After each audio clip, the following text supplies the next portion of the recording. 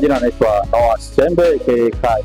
Sasa leo niko kwa ajili ya kuonesha formula ndogo kwa ajili ya ufanyaji wa mazoezi. Kwa mfano leo nitaonesha mazoezi ya mkono, namna unaweza kupiga mkono wako ukautengeneza vizuri.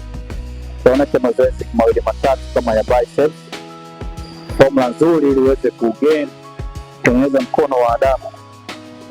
So kwa kawaida unapoanza mazoezi kwenda kuanza na weight nyepesi, yani unazungumzia light weight, then baada ya muda unaongeza uzito. Light weight unaenda kwa kupiga reps nyingi zaidi ili msuli uweze kupamba. So naenda kupiga biceps barbell curl.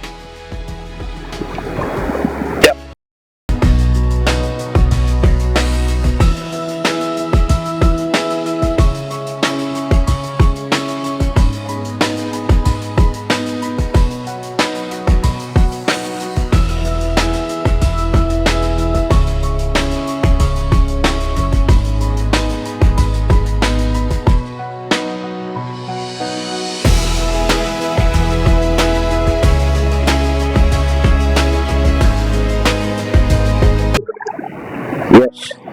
So kwa upande wa barbell curl kwa light weight unaweza kutumia seti 2 hadi 3. Alafu unaongeza uzito ili mkono uweze kukubali zaidi.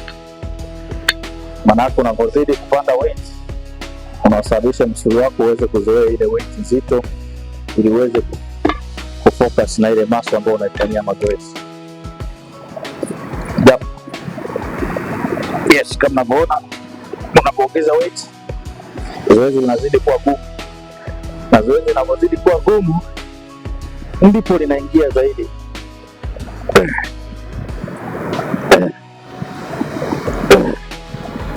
Yes, ndio maana wanasema no pain no gain. So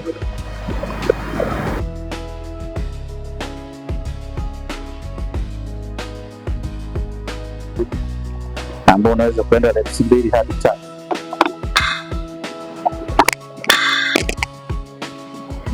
Hiyo ndio weight ambayo inakuwa ya kumalizia zoezi.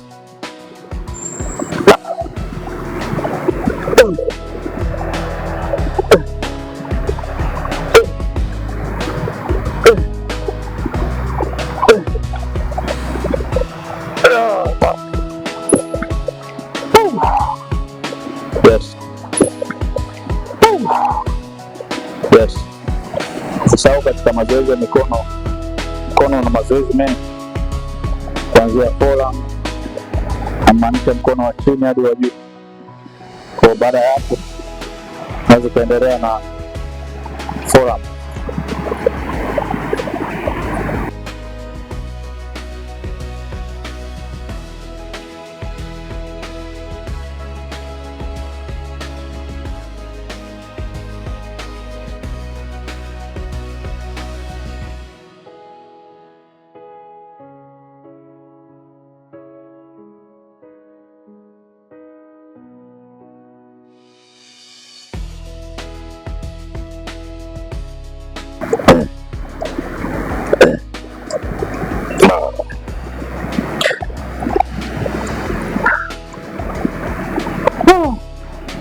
So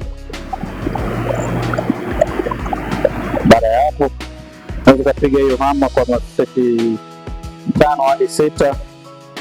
Baada hapo unabadilisha zoezi, unaweza kupiga reverse curl. Reverse curl ni kwa ajili ya forearm pia. Kwa ili uweze kupata forearm yako iwe kubwa lazima upige pia mazoezi ya forearm mengi. Kama nilivyokuambia mazoezi yako ni mengi ya mkono. Inategemeana na wewe mwenyewe umeplani kupiga formula gani ya mkono.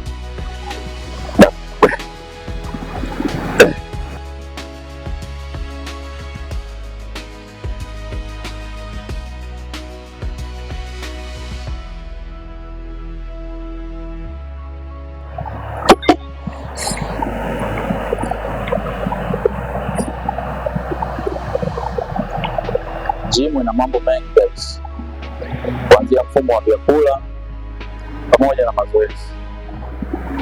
Kwa kikubwa, kwa mtu ambaye anataka kuanza mazoezi, hajui formula yote kuhusu mambo ya mazoezi au chakula, mimi namshauri aonane tuna mtaalamu.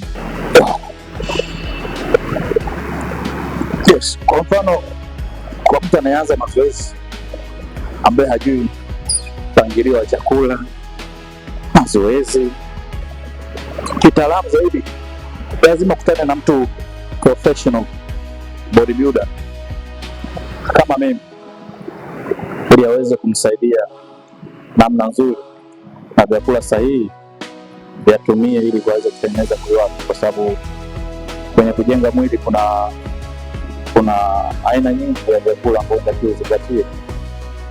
Sio tu kufanya mazoezi peke yake haitoshi. Kwa mfano, sio kila mmoja anaweza kutumia supplement ya whey protein, sio kila mtu anaweza kutumia mask. Inategemeana na mwili, muonekano wa mwili wa mtu.